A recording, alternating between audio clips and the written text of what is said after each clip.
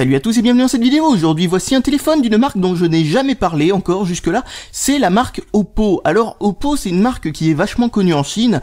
C'est pratiquement aussi connu que Xiaomi, au niveau qui est plus ou moins le numéro 1 des ventes en Chine, il me semble, si je me rappelle bien les chiffres.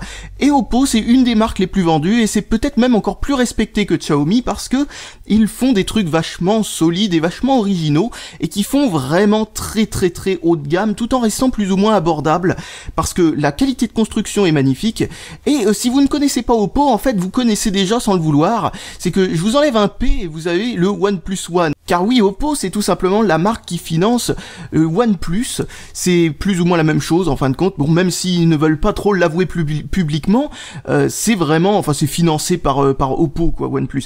Et OnePlus et Oppo c'est pas exactement la même chose. D'un côté vous avez Oppo qui eux privilégient la qualité de fabrication, etc. Tout ce qui fait que c'est premium, tout ce qui fait en fait que c'est un téléphone qui a vraiment des arguments en termes de design et en termes de fabrication par rapport au haut de gamme, voire même sont même meilleurs pour certains. Et OnePlus c'est l'inverse, c'est les performances donc en priorité. Et ils négligent un petit peu les à côté, genre qualité de l'écran, qualité de la caméra, les matériaux sont un peu moins, on va dire, métalliques, sans être mauvais, c'est juste que, voilà, c'est pas le même but. Le but, c'est de réussir à avoir le plus grand nombre de, les plus grosses performances pour le moins cher possible, alors que là, le but est un petit peu l'inverse. Le processeur est un petit peu moins performant, tout en restant un bon processeur, et c'est au niveau, donc, des à côté qu'ils ont vraiment mis le truc au maximum.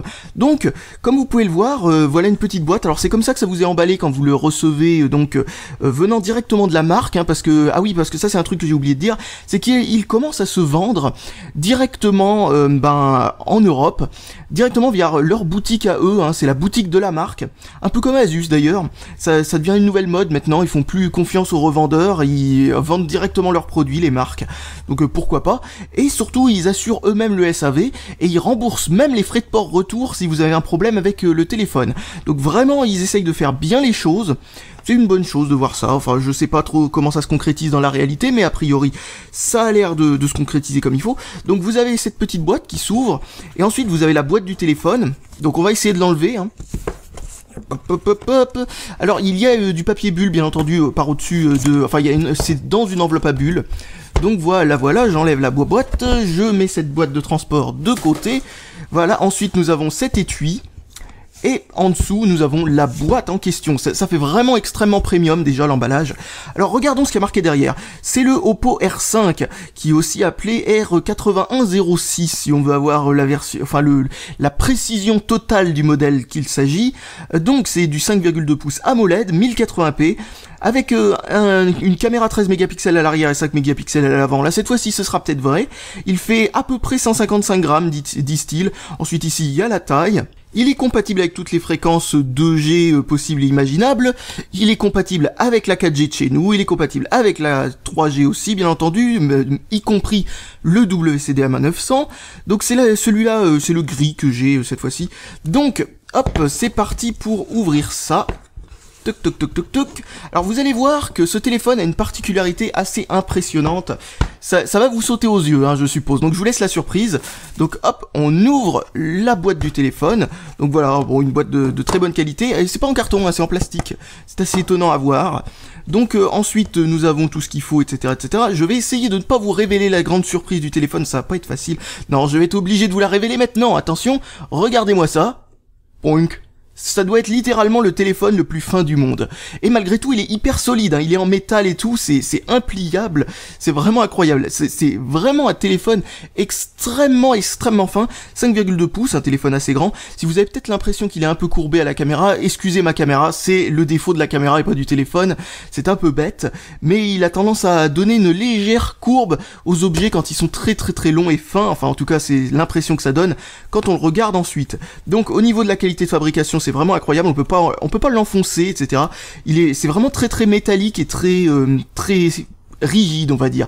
Donc ensuite, on va enlever le protège-écran. Donc hop, et nous avons un protège-écran déjà posé en dessous.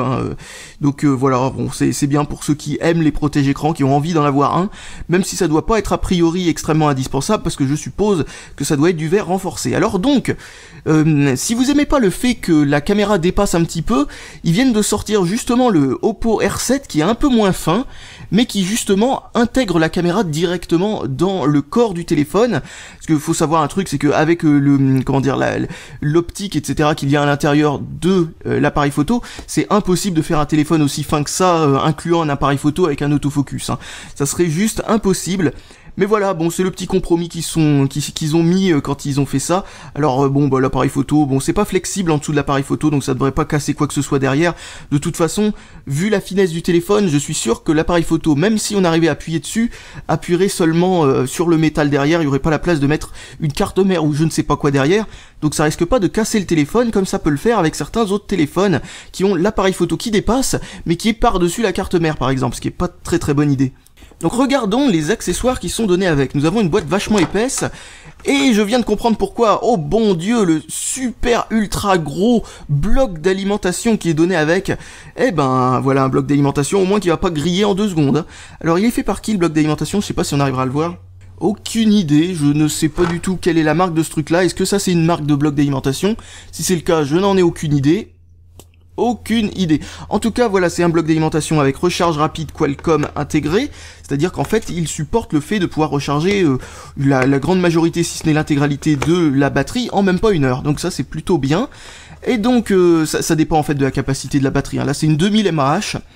Et donc, nous avons des oreillettes tout à fait sympatoches, mais intra-auriculaires, donc ça n'est pas mon truc. Voilà. Qu'est-ce que nous avons d'autre ensuite qui est fourni avec une petite coque sympatoche aussi, pour bon ne pas rayer l'arrière du téléphone, un câble micro USB qui est extrêmement épais, extrêmement rigide. Ah ouais, donc là franchement oui, bah ça doit être pour la recharge rapide, vu qu'il faut réussir à transporter, je crois que c'est du 12 volts en 2 ampères pour la recharge rapide, c'est pas rien du tout. Le câble, ce doit d'être un minimum compétent. Tiens d'ailleurs, regardons ce qu'il y a marqué sur le bloc d'alimentation, des fois c'est marqué. Ah non, c'est pas pareil, là cette fois-ci c'est pas 12 volts 2 ampères, c'est carrément 5 volts 5 ampères. Donc oui, en effet, il faut un câble qui soit plutôt coriace pour faire en sorte que ce bloc d'alimentation ultra costaud ne fasse pas fondre le câble littéralement à petit feu avec le temps.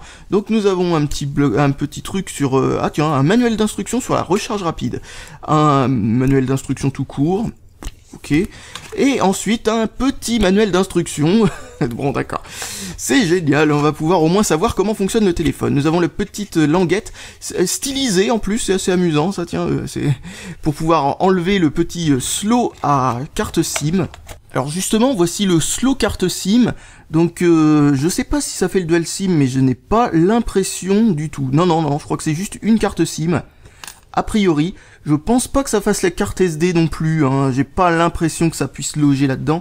Alors, autre détail sur la configuration, mais qui sont bizarrement pas marqués sur la boîte, c'est un Snapdragon 615, donc le milieu de gamme de Qualcomm, qui n'est pas mauvais au niveau du GPU, mais qui a un CPU qui est assez moyen, donc l'optimisation firmware au niveau donc d'Android lui-même, se doit d'être à peu près correct pour faire en sorte d'avoir un téléphone parfaitement fluide en 1080p. Par contre, en jeu, ça devrait poser aucun problème. Nous avons 2 Go de RAM, nous avons 16 Go de ROM, c'est-à-dire de mémoire de stockage, nous avons bien entendu le Wi-Fi BGN, le Bluetooth, nous avons absolument tout ce qu'il y a dans un téléphone haut de gamme, mais je ne suis pas sûr qu'il y ait le NFC. En fait, je n'en ai vu mention nulle part, donc on va regarder dans le firmware. Et voilà, ma configuration est terminée, donc regardons si nous avons quelque chose qui nous suggérerait le NFC. Oula, nous avons plein de trucs qui sont en train de se synchroniser parce que mon compte Google vient juste d'être mis. Donc le NFC, est-ce que nous avons le NFC? Je n'ai pas l'impression qu'il y ait le NFC. Non, il n'y a pas le NFC. Donc, un truc par contre qui est assez amusant, c'est que si vous regardez le clavier par défaut, oui, non, c'était peut-être pas une bonne idée de choisir ça comme champ pour écrire quoi que ce soit. Le clavier par défaut, c'est le clavier swipe. Alors ça, par contre, c'est assez impressionnant parce que ça faisait longtemps que j'avais pas vu swipe par défaut dans un téléphone. C'est pourtant un très bon clavier, mais qui est payant, et donc l'avoir par défaut, au moins ça vous... enfin voilà, comme ça vous aurez pas à le payer en plus du téléphone. Donc ça, c'est plutôt une bonne chose. Alors, le système d'exploitation qui est donné avec s'appelle ColorOS. Donc ce système d'exploitation, bon, c'est juste Android avec, bien entendu, quelques petites modifications par-ci par-là, mais c'est surtout quelque chose qui est censé être plus ou moins optimisé, et surtout mince, je viens de désactiver la rotation automatique de l'écran sans le vouloir.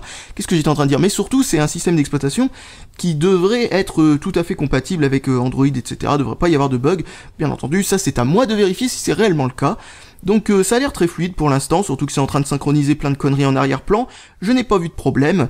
Alors au niveau de l'utilisation RAM, ça a l'air plutôt optimisé parce que vous voyez que sur 2 gigaoctets, vous en utilisez que 700. Alors donc ça vous laisse pas mal de place, et encore, hein, là c'est encore avec des trucs qui tournent en arrière-plan vu qu'il est en train de synchroniser tout ça, hein, je vous rappelle ça encore une fois, et donc voilà, bon bah bref, il y aura pas de problème de RAM avec ce téléphone malgré les 2 gigaoctets de RAM, et la surcouche qui a l'air de ne pas alourdir Android, donc ça déjà, ça a l'air d'être déjà une très bonne chose. Bon bah il me reste plus qu'à utiliser ce téléphone pendant un certain temps, en tout cas pour l'instant ça a l'air d'être vraiment pas mal du tout. Nous avons un téléphone qui est très rigide, qui a l'air très solide malgré sa finesse et tout ça, et qui a un écran qui est magnifique, avec une très bonne précision du tactile, donc ça risque d'être un téléphone qui va être très agréable pour moi de vous tester.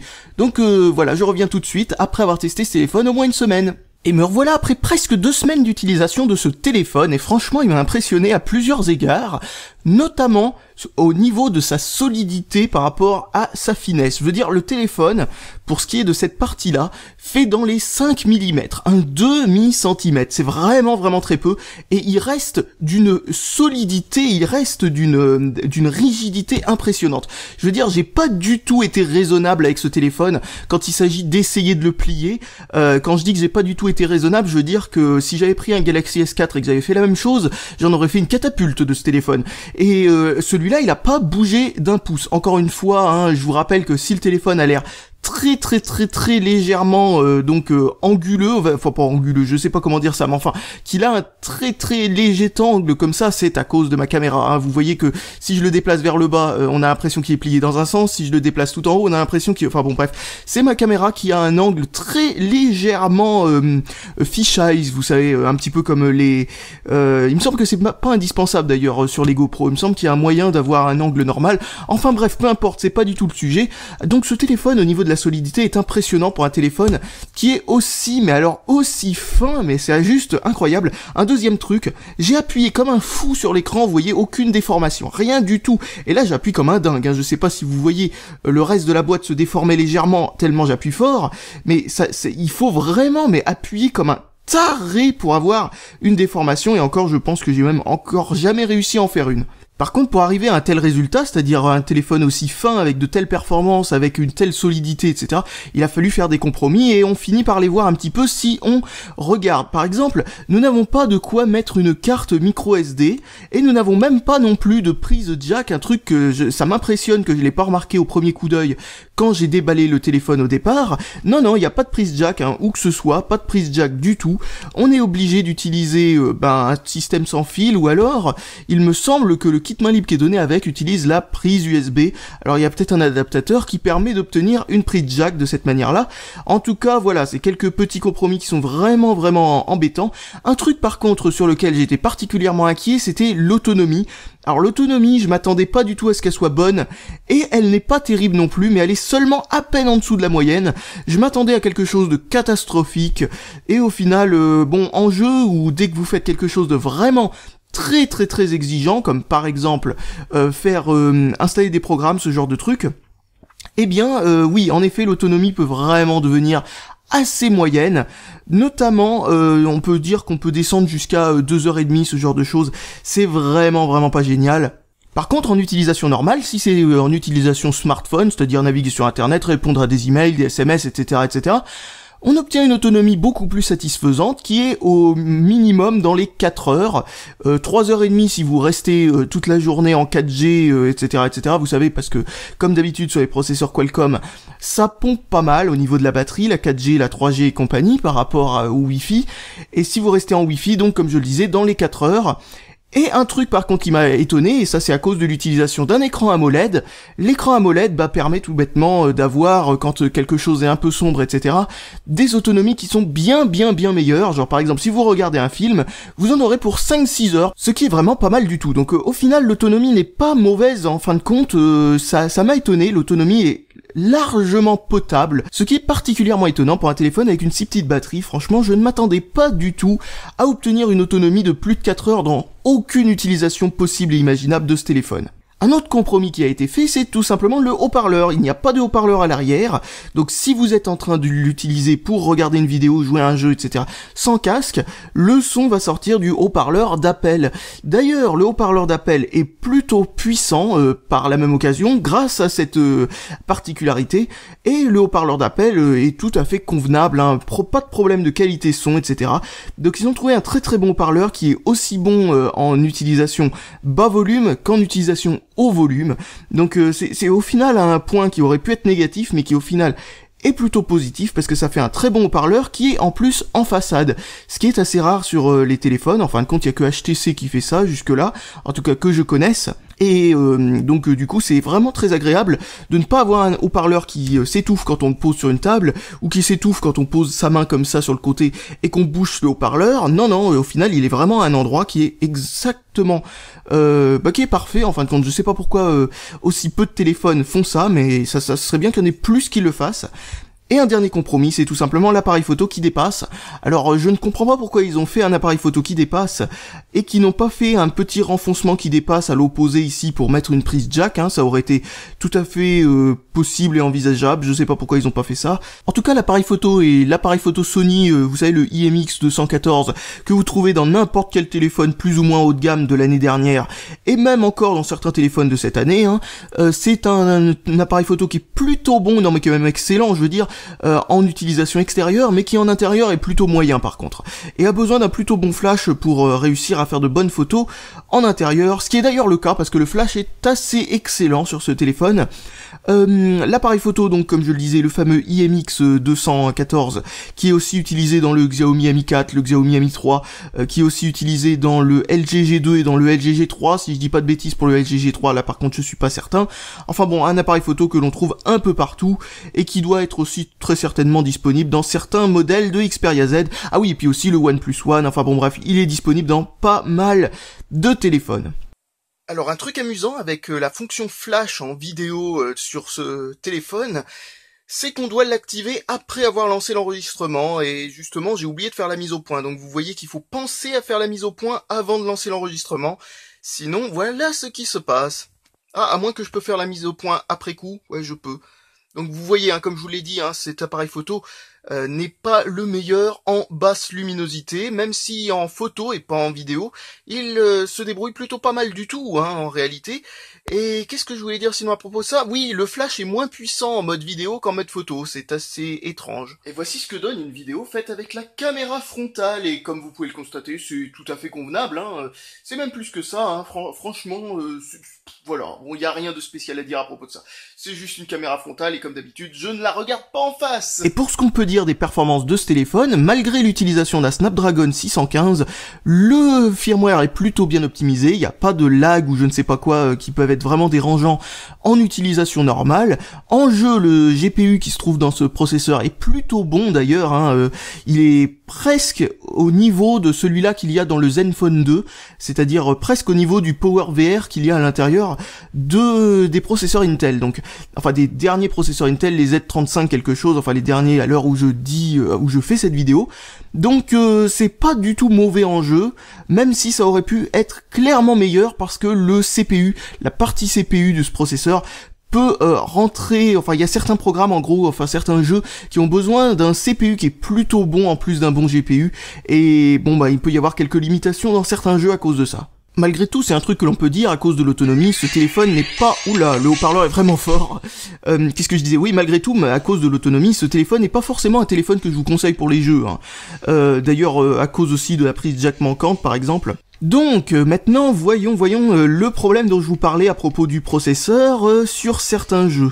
Alors vous allez voir si vous arrivez à voir à quel point c'est saccadé, enfin ça ne l'est pas non plus autant qu'avec certains téléphones, hein, je veux dire ça reste tout à fait jouable, hein, ce jeu-là n'est pas un maître de l'optimisation, mais comme vous le voyez c'est pas fluide à 100% parce que ce jeu-là demande plus au niveau du CPU qu'au niveau du GPU, ou putain je fais n'importe quoi, enfin bref, on va abandonner là juste avant que je me ridiculise complètement.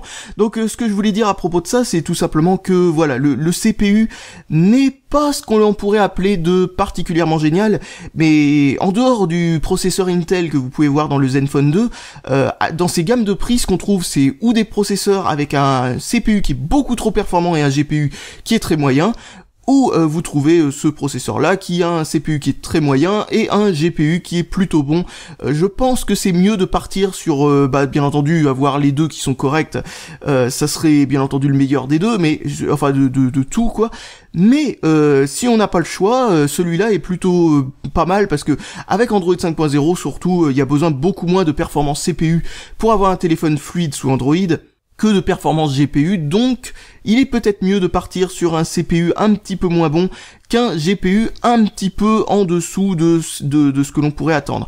Notamment là je pointe vers le MT6752 de Mediatek qui est un gros GPU avec un CPU avec qui est un gros CPU avec un GPU pas terrible, alors que celui-là c'est un gros GPU avec un CPU moyen. Donc c'est mieux de partir sur ça je pense, si on veut faire un téléphone qui a un feeling un peu plus haut de gamme. Alors par curiosité, j'ai fait le tour de quelques sites pour voir ce qu'ils disaient à propos de ce téléphone, et j'ai vu un reproche qui me paraissait un peu bizarre, c'est qu'ils disaient que le thème était absolument affreux. Donc je sais pas, moi je trouve pas le thème particulièrement moche. Bon, c'est vrai que voilà, il y a peut-être bon, il y en a pour tous les goûts bien entendu, mais il a un magasin de thèmes, on peut télécharger plusieurs thèmes, etc. Et il a visiblement un thème qu'ils appellent le thème Jelly Bean, qui est plus ou moins le même thème justement que KitKat, que Android 4.4. Donc hop, on clique dessus et là, enfin non, mais là c'est les captures d'écran, on le fait appliquer, hop, et je ne sais pas trop, mais a priori ça, voilà, ça donne tout simplement le thème d'Android 4.4. Donc bon, je vois pas trop, encore une fois, où est vraiment le problème là-dessus, parce que si on n'aime pas le thème qui est par défaut, on peut télécharger n'importe quel thème et se retrouver avec ce qui nous plaît, et je pense qu'il faut être vraiment de mauvaise foi pour se dire que parmi tous les thèmes qui sont proposés, il y en a absolument aucun qui plairait à qui que ce soit, donc bon, je sais pas. Donc bon, voilà, maintenant que j'ai fait le tour de tous les petits trucs que j'avais en tête, maintenant on va faire les bons points en hardware. Alors, les bons points en hardware, alors il est vraiment significativement plus fin que les autres téléphones. Si on prend par exemple un téléphone qui fait 1 cm d'épaisseur, très sincèrement celui-là est beaucoup plus facile à mettre dans les poches.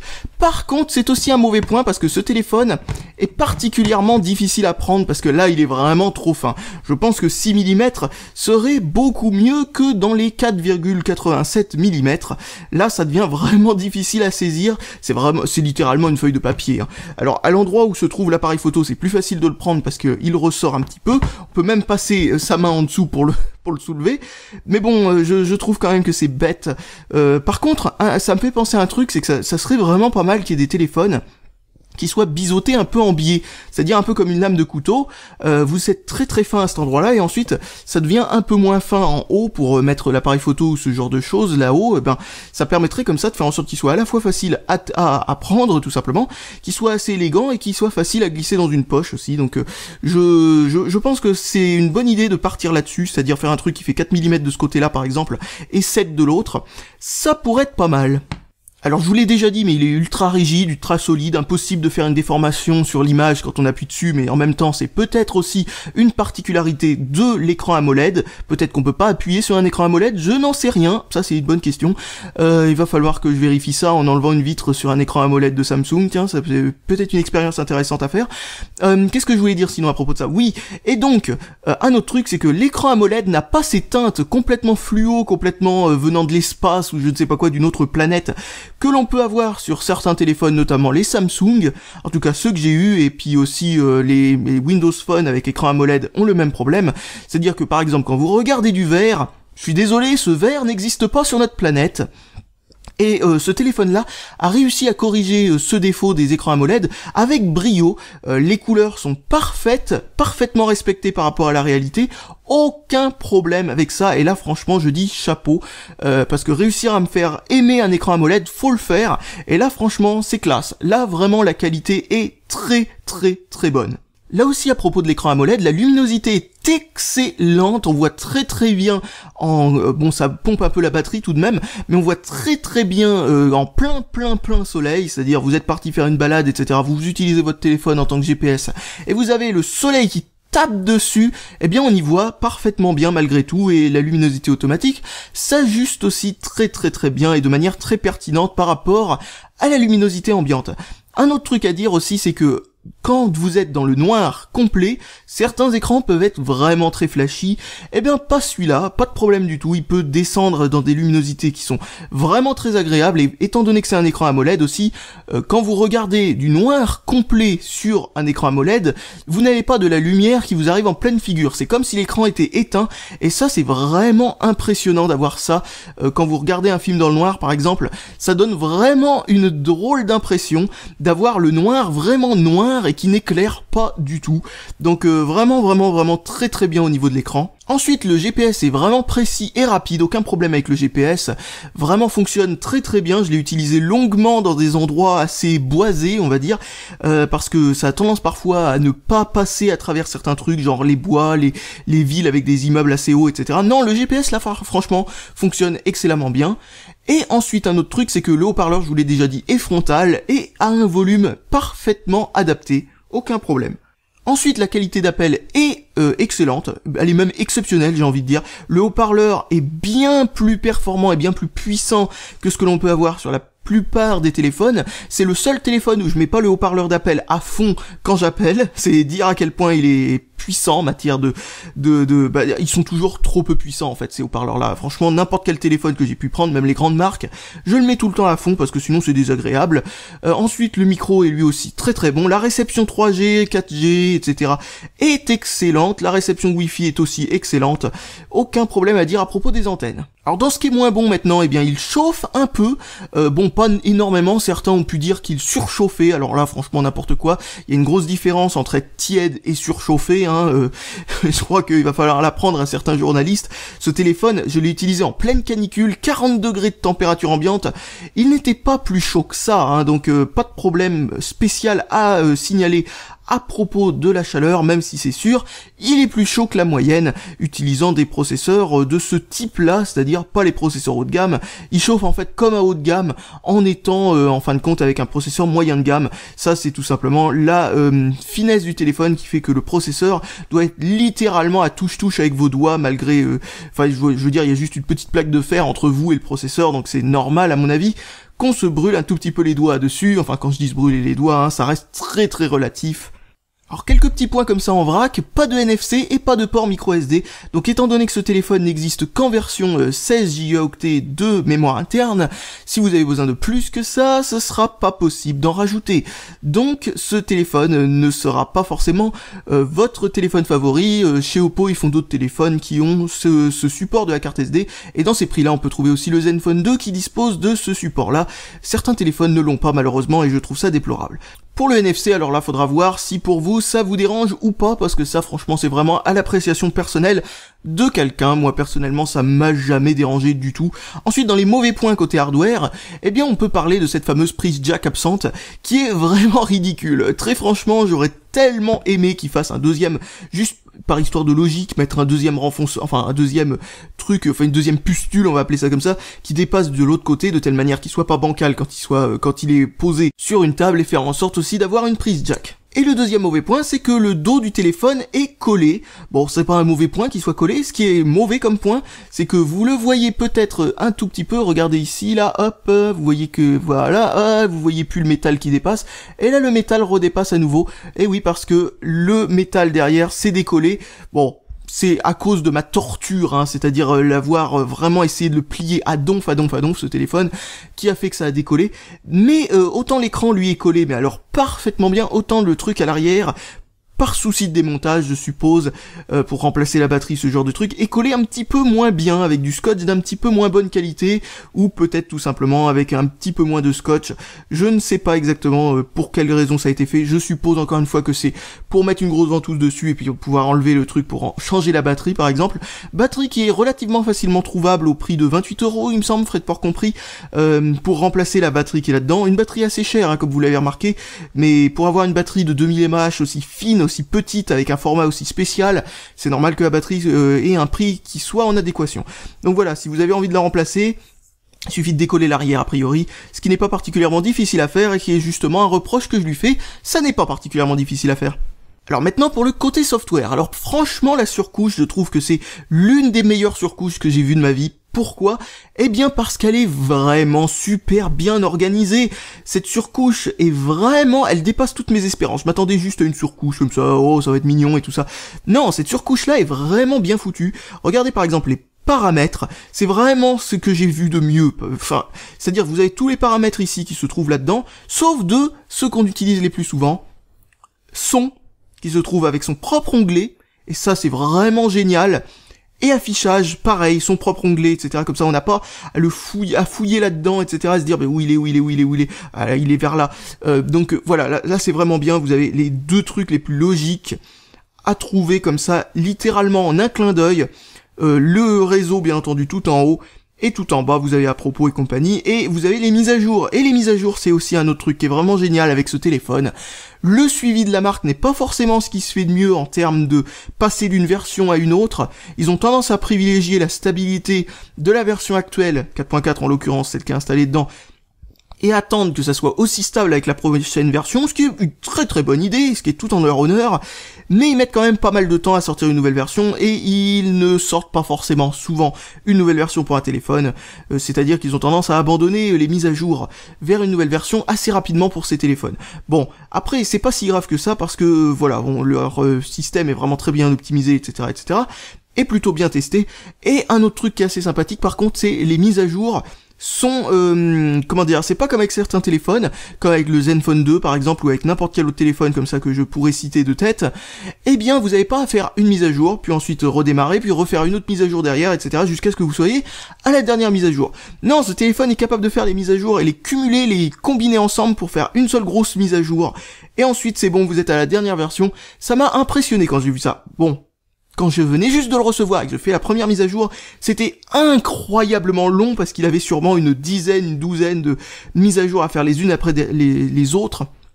Donc c'était long, mais quand j'ai remarqué ensuite qu'il n'y avait pas d'autres mises à jour à faire derrière, je me suis dit, ah ouais quand même, ah oui, mais pourquoi les autres marques ne font pas ça? C'est vraiment une très très bonne idée.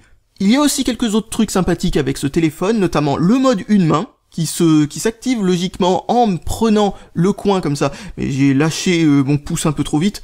Vous pouvez prendre un coin ou l'autre, et ça vous fait un mode d'utilisation une main comme ça, qui est vraiment très très pratique. C'est du 5,2 pouces, hein, je rappelle, donc vraiment plutôt gros. Donc hop, vous faites ça, et là vous pouvez l'utiliser d'une seule main comme ça. C'est vraiment bien vu. Bon, vous allez me dire, ça existe aussi sur pas mal d'autres téléphones, mais la façon de le déclencher est vraiment pas mal, parce que vous êtes d'une main comme ça, et vous avez envie de l'utiliser comme ça. Bon, voilà, il suffit de faire comme ça. Si vous le tenez de cette main-là, bien entendu, vous allez l'utiliser avec ce coin-là. Si vous le tenez de cette main-là, vous allez faire ça à partir de ce coin-là, et voilà, vous pouvez l'utiliser comme ça. Bon, c'est vraiment pas mal du tout. Et bien entendu, vous avez remarqué que l'autonomie de ce téléphone n'était pas son point fort, sans être non plus un énorme point faible. Et bon, il y a un truc par contre qui est pas mal, c'est que dès que vous arrivez aux 10 derniers pourcents d'autonomie, ce téléphone peut s'activer automatiquement, c'est paramétrable, hein, ça va s'activer à cet endroit-là, hop, alors c'est gestionnaire de batterie, je suppose, oui, c'est là. Et vous avez le mode ultra économie d'énergie, non, super économie d'énergie, c'est pareil. Vous pouvez faire en sorte qu'il s'active automatiquement à partir de 10%, ou l'activer manuellement comme ça, vous faites hop, activer. Et votre téléphone, au bout de très peu de temps, voilà, se transforme littéralement en un simple téléphone, un feature phone en fait. Hein. Comme vous pouvez le constater, vous pouvez plus le déverrouiller, etc. Vous avez juste un gros bouton quitter le mode super économie d'énergie. Le seul truc que fait ce téléphone, c'est relever les SMS, relever les appels, permettre de faire un appel, regarder l'horloge. C'est tout. Vous avez rien d'autre dans ce téléphone que vous pouvez faire. Même pas photo, rien du tout. Non, c'est vraiment devenu un simple téléphone et ça permet d'augmenter l'autonomie. Quand vous êtes en utilisation comme ça, pur téléphone, et ça vous permet comme ça de garder ces 10 derniers pourcents vraiment sous la main, bien comme il faut quand vous êtes vraiment arrivé au dernier pourcent de la loose. Et donc, un autre truc aussi que vous avez pu remarquer, c'est que, hop, on va revenir ici, donc vous avez aussi un mode économie d'énergie qui permet de brider le processeur, de baisser un petit peu la luminosité, ce genre de choses, enfin bref, ça fait l'habituel truc que fait un mode économie d'énergie classique, que vous pouvez faire de toute façon de manière totalement manuelle, en utilisant en utilisant la jauge pour régler la luminosité, en désactivant manuellement le GPS, le GPS, donc activé je ne sais pas pour quelle raison d'ailleurs, le GPS, le Bluetooth, le Wi-Fi, etc. Vous pouvez faire tout ça manuellement. Donc ce mode-là est juste une sorte de petit raccourci pour vous mettre les présélections que vous avez choisies pour avoir un mode économie d'énergie. plus le bridage du processeur qui à mon avis n'augmente pas énormément l'autonomie en lui-même, étant donné que le processeur lui-même est déjà pas mal bridé d'origine. Et un autre truc excellent avec ce téléphone, c'est qu'il est compatible avec les fameux 20 gigaoctets de data en 4G de Free, un truc que font pas tous les téléphones. Et un autre truc aussi, c'est que en bas des notifications, ici, vous avez un petit rappel bien pratique qui vous indique la quantité de données que vous avez encore sur votre forfait, enfin votre forfait data, quoi, tout simplement. Et donc oui, ça c'est sympathique. J'aime bien ce rappel qui a été mis à un endroit plutôt astucieux et plutôt facile d'accès. Je trouve ça sympa. Ensuite, dans ce qui est un peu moins bon, le téléphone ne tourne pas encore sous Android 5.1 ou 5.0, et pourtant l'autonomie de ce téléphone pourrait en bénéficier largement. Malgré tout, il a été dit qu'il devrait avoir une mise à jour vers Android 5.1 dans pas trop longtemps, et le donc Oppo R7, qui est tout simplement le même téléphone avec quelques défauts en moins, c'est-à-dire prise jack revenu, un peu plus d'autonomie, etc., etc. Enfin bref, le même téléphone en mieux, mais en un peu moins fin, c'est juste la contrepartie du truc. Eh bien, aura Android 5.1, donc vu qu'il a le même hardware pratiquement, il y a de grandes chances que lui aussi l'ait, donc je crois plus ou moins à ce qu'ils disent quand ils disent que ce téléphone va avoir Android 5.1.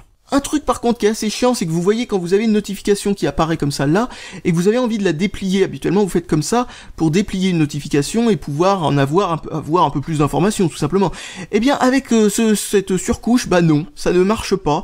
Je ne comprends pas trop pourquoi ça bug, mais est-ce qu'il y aura une mise à jour qui va régler ça? Je ne sais pas. Je l'espère en tout cas parce que bon, c'est une petite fonction d'Android 4.2 quand même, qu'il est bête de perdre comme ça, même si c'est pas dramatique. Et il y a aussi le même petit problème de notifications qui ne viennent pas avec certains programmes, genre K9 Mail et le gestionnaire de page Facebook, quand ils sont fermés en arrière-plan.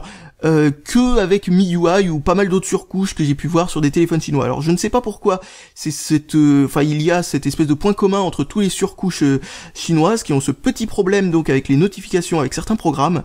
Et donc, par contre, on peut contourner ce problème de manière assez simple, c'est vous allez dans le multitâche, bizarrement le multitâche n'est pas avec Home, un appuyant sur Home, mais un appuyant sur Menu, ça m'amuse de voir ça.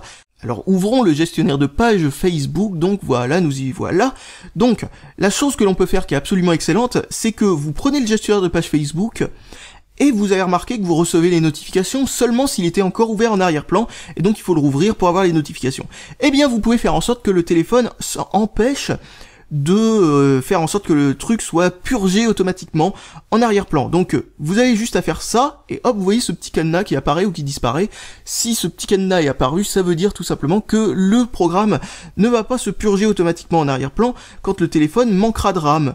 Donc ça c'est une plutôt bonne chose que l'on peut faire avec ce truc là. Vous pouvez faire ça avec tous les petits programmes comme ça, que vous avez peur que vous ne receviez pas de notifications en arrière-plan, et ça permettra au moins de régler ce problème en partie. Donc voilà, c'est pas mal du tout de pouvoir faire ça, mais voilà, bon, ça aurait été mieux quand même qu'il n'y ait pas ce problème-là. Un autre truc aussi que l'on peut dire, c'est que les téléphones de chez Oppo ont tendance à avoir accès à Cyanogen Mode. Pas encore pour celui-là et pour le R7, mais ça devrait apparaître au bout d'un certain temps, donc on verra bien. Donc en conclusion, ce téléphone est loin d'être parfait, hein. Le prix est un petit peu élevé, on est dans les 400 € pour un téléphone qui a quand même quelques défauts sympathiques que l'on ne peut pas trouver sur d'autres. Certes, c'est le prix à payer si on veut pratiquement le téléphone le plus fin du monde, en tout cas le plus fin des téléphones, avec une bonne construction que vous pouvez trouver au monde, en tout cas ça par contre c'est certain. Franchement on trouve à 0,1 mm près, on trouve un téléphone un peu plus fin que ça, mais qui est fait par une marque qui fait quand même des produits de moins bonne qualité. Donc voilà, je suis conscient de ce qui fait que ce téléphone coûte si cher, mais je ne suis pas certain que ça attirera grand monde, enfin je veux dire, je suis pas certain que beaucoup de personnes se disent, même si c'est vraiment un exploit technique et vraiment une preuve de concept assez impressionnante, comme quoi on peut faire des téléphones beaucoup plus fins que l'iPhone, par exemple l'iPhone 6, qui soient beaucoup plus rigides et beaucoup plus solides que lui. Ça c'est vrai que c'est clair, ça vous montre que c'est possible. Mais est-ce que ça vous donne vraiment envie de l'acheter? Pour certaines personnes peut-être. Notamment il y a quelques manques dans ce téléphone, notamment la prise jack et le port micro SD, qui peuvent en rebuter plus d'un, surtout à ce prix-là. Et surtout, un autre truc que l'on peut dire qui est vraiment, qui a tendance à rendre ce téléphone beaucoup moins intéressant pour énormément de personnes, c'est que, avec une construction similaire, mais en un peu moins fin, mais sans ses défauts, c'est-à-dire prise jack, etc., avec plus d'autonomie, le port SD, etc., vous pouvez trouver pour 50 € moins cher le Oppo R7, qui est littéralement le même, sans les défauts, quoi, donc... Donc bref, le Oppo R7 est beaucoup plus raisonnable et normalement dans très peu de temps, je devrais faire le test du Oppo R7 pour voir ce qu'il vaut. Parce que à 350 €, là par contre, il pourrait être vraiment compétitif face à certains téléphones. Par exemple, des téléphones qui peuvent être un peu trop épais pour certaines personnes, comme par exemple le Zenfone 2, pour rappeler encore celui-là, je ne sais pas pourquoi, j'ai que celui-là en tête pour l'instant. Et donc voilà, un téléphone qui est plus fin que celui-là, mais qui garderait la majorité pour à peu près le même prix d'ailleurs, la majorité des bons points que l'on peut trouver sur ce téléphone là.